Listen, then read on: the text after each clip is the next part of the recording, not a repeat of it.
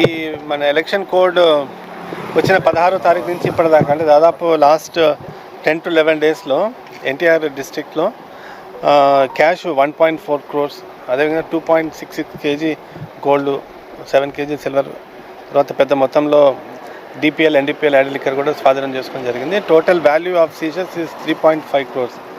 So మొత్తం interstate check post 9 ఉన్నాయి.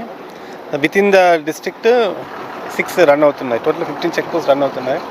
ఇంతేకాకుండా ప్రతి అసెంబ్లీ కాన్స్టిట్యున్సీకి 3 చొప్పున ఎస్ఎస్టీ అండ్ ఎఫ్ఎస్టీ ఉన్నాయి. అలానే ఎంసీసీ టీమ్స్ కూడా ఉన్నాయి. అంటే at any given point of time ఒక 30 to 40 టీమ్స్ ఈ ఎలక్షన్ తాలూకా ఎన్ఫోర్స్మెంట్ యాక్టివిటీలో బిజీగా ఉన్నారు. ఇప్పటిదాకా అయితే సీజర్స్ ప్రకారంగా అయితే బాగానే వచ్చింది. సీజర్స్ కూడా ఏంటంటే ఫస్ట్ 50,000 కంటే ఎక్కువ క్యాష్ పట్టుకెళ్ళకూడదు ఎవరు.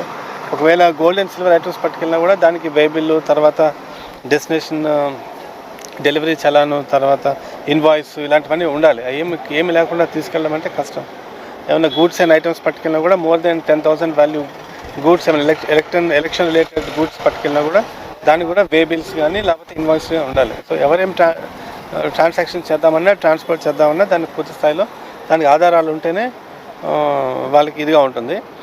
ఒకవేళ సీజ్ అయినా కూడా తొందరగా ఆ సీజ్ అయినవి రిలీజ్ చేసే